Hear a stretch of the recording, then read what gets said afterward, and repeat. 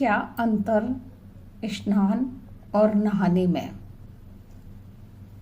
भगवान श्री कृष्ण द्रौपदी के घर रोज जाया करते थे। सत्यभामा और रुक्मणी को यह अच्छा नहीं लगता था। एक दिन भगवान श्री कृष्ण सत्यभामा और रुक्मणी दोनों को अपने साथ द्रौपदी के घर ले गए। फिर उनके साथ द्रौपदी ने कैसा व्यवहार किया। भगवान कृष्ण अपनी बहन द्रौपदी से अक्सर मिलने के लिए जाया करते थे। ये देखकर सत्यभामा और रुक्मणी दोनों परेशान होती थीं। एक दिन सत्यभामा ने रुक्मणी से पूछा, दीदी, क्या आपको पता है कि भगवान कृष्ण द्रौपदी के घर बार बार मिलने के लिए क्यों जाते हैं? क्या कोई भाई अपनी बहन के घर ऐसे रोज रोज मिलने के लिए जाता है?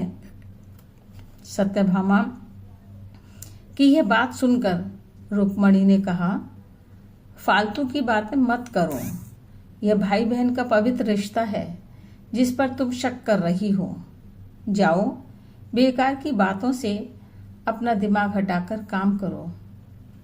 श्री कृष्ण दोनों की बातें सुन रहे थे और जानबूझकर कहीं जाने का बहाना करने लगे। तो सत्यभामा ने पूछा, प्रभु, आप कहीं जा रहे हैं? श्री कृष्ण ने कहा, हाँ, मैं द्रौपदी के घर जा रहा हूँ। अब तो सत्यभामा और भी ज्यादा परेशान हो गई और रुक्मणी से बोली, देखो दीदी, मैं कह रही थी तब तो आप नहीं मान रही थी। अब भी श्री कृष्ण द्रौपदी के घर जा रहे हैं।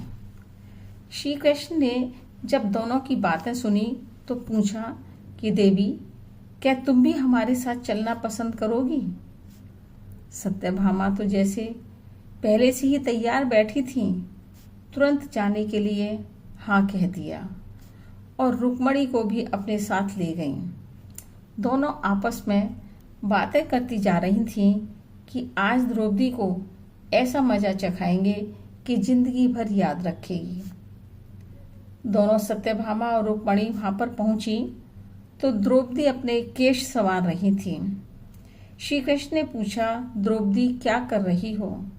द्रौपदी बोली, भैया, अपने केश संवार कर आती हूँ। तब श्री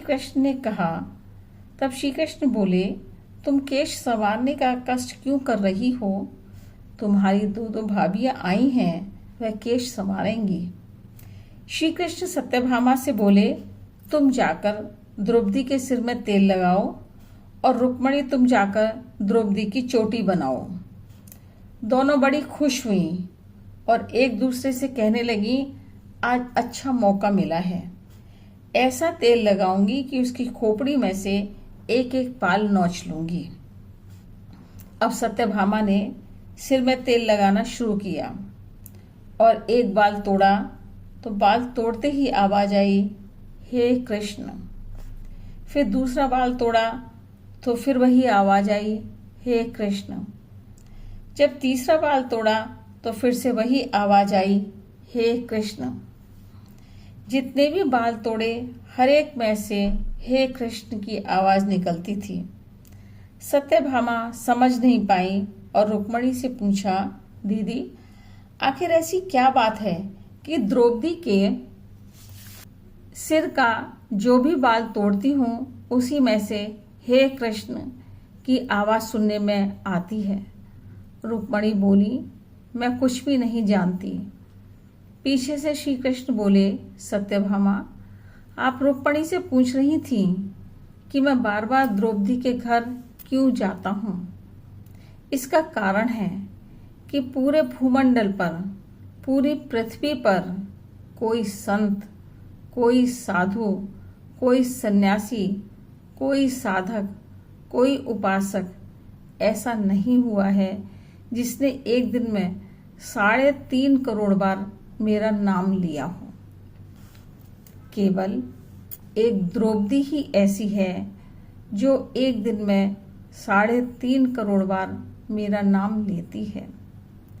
वह प्रतिदिन स्नान करती है और हर बार अपने शरीर पर जल डालने के साथ मेरा नाम लेती है, इसलिए उसके हर रोम रोम में मैं हूँ, इसलिए मैं उसके पास रोज आता हूँ।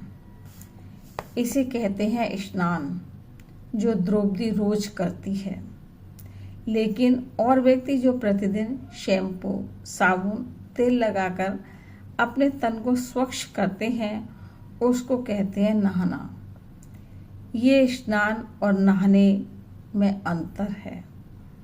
जब भगवान विष्णु से यह पूछा गया कि हमारे शरीर में 3.5 करोड़ छिद्र क्यों बनाए गए हैं, तब भगवान विष्णु ने कहा, जब व्यक्ति 3.5 करोड़ बार भगवान का नाम लेता है, तब जीवन में एक बार स्नान करता है।